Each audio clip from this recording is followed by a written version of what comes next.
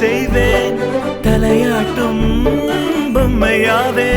Director Atlee இப்படி ஒரு விஷயம் பண்ணுவாருன்னு யாருமே எதிர்பார்த்திருக்க மாட்டாங்க. என் வாசம் உனக்கல்லவா. கௌரவ டாக்டர் பட்டம் வாங்குறதுக்கு முன்னாடி அவரு செஞ்ச இந்த கியூட்டான விஷயம் நிறைய பேருக்கு ரொம்ப பிடிச்சிருக்கு.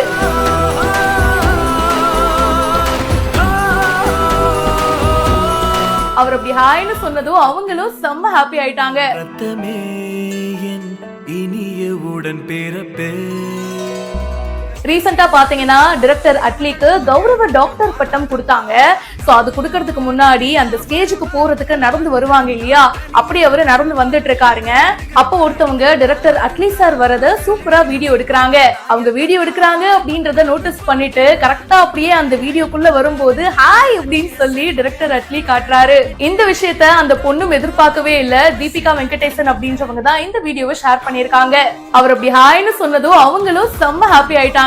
இந்த வீடியோ இப்ப சோஷியல் மீடியால வைரலா போயிட்டு இருக்கு. டைரக்டர் அட்லி இப்ப அடுத்ததா அல்லு அர்ஜுனை வச்சு அடுத்த படம் ரெடி பண்ணிட்டு இருக்காரு. அந்த படத்துக்கான வேலைகளும் ரொம்ப மும்முரமா போயிட்டு இருக்கு. நீங்க சொல்லுங்க, அட்லியோட டைரக்ஷன்ல உங்களோட ஃபேவரட்டான படம் எது? கமெண்ட் செக்ஷன்ல மறக்காம பிரியா என் கூட ஷேர் பண்ணுங்க. மேலும் பல